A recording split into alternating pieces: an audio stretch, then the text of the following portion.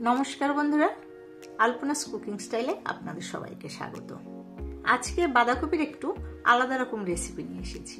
আমরা সাধারণত বাঁধাকপির ঘন্ট মাছের মাথা দিয়ে বা নিরামিষ বাঁধাকপি রান্না করে খেয়ে থাকি। তো আজকে ভাবলাম একটু অন্যরকম রান্না করা যাক। আসুন দেখে নেবেন কিভাবে রান্না করছি।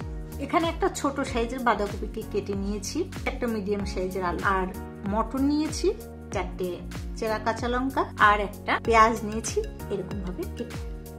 প্রথমে কড়াইতে সর্ষের তেল দিয়ে দিলাম।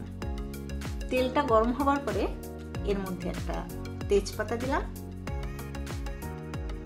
আর কটা চামচ জিরে দিলাম। এই ফোড়নটা ফুটে উঠলে পরে এর মধ্যে পেঁয়াজ আর কেটে নেওয়া কাঁচা লঙ্কা দিয়ে দিলাম। এখন পেঁয়াজটাকে নেড়ে চেড়ে একটু কালার চেঞ্জ হওয়া পর্যন্ত ভেজে নেব।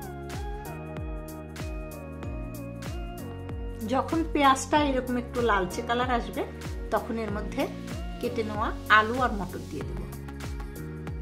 এটা দিয়েও একটু সময় ভেজে নেব।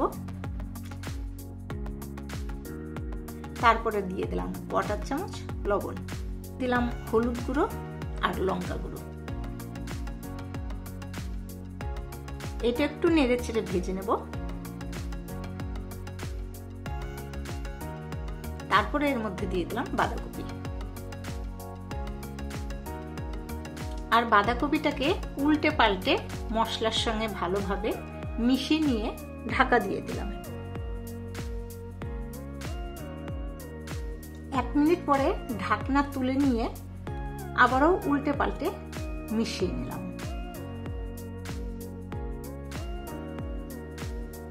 এইভাবে মিশিয়ে নেবার পরে আবারও ঢাকা দিয়ে দিলাম। এই বাঁধাকপিতে কিন্তু একটু জল পড়বে না। এইভাবে ঢেকে ঢেকে বাঁধাকপিটাকে রান্না করতে হবে। আর ঢেকে ঢেকে রান্না করার পরেও যদি বাঁধাকপিটা একদম শক্ত থাকে তাহলে হাত ঘুরিয়ে একটু জল ছিটিয়ে দেবেন। একসময় কিন্তু জল ঢালার দরকার নেই, ওপর দিয়ে একটু জাস্ট হাত দিয়ে জল ছিটিয়ে মিশিয়ে নিয়ে ঢাকা দিয়ে দেবেন। তাতে কিন্তু বাঁধাকপিটা রান্না হয়ে যাবে। বাঁধাকপিটা যখন নরম হয়ে গেছে এইবার 1 চামচ মশলা দিয়ে দিলাম। এই মশলাটাই কিন্তু এই বাঁধাকপি রান্নার একটা মূল মন্ত্র। মশলাটা কিভাবে বানিয়েছি, 1 চামচ ধনে, 1 চামচ জিরে, 2-3টে এলাচ, দারচিনি, লং আর দিয়েছি 6-7টা গোলমরিচ। এটা খালি খোলায় ভেজে নিয়ে মিক্সিতে গুঁড়ো করে নিয়েছি। 1 চামচ মতো দিয়ে দিলাম আর বাকি গুঁড়োটা আমি স্টোর করে রেখেছি। যখন একটা বেশ সুন্দর গন্ধ বেরোবে তখন গ্যাসটাকে অফ করে দিয়ে আমি ঢাকা দিয়ে গ্যাসের উপর রেখে দিলাম। যখন খাবো গরম গরম সার্ভ করে নেব। এই পেঁয়াজ দিয়ে আমি কখনো রান্না করিনি, এই প্রথমবার করলাম, কিন্তু বেশ ভালো লেগেছে।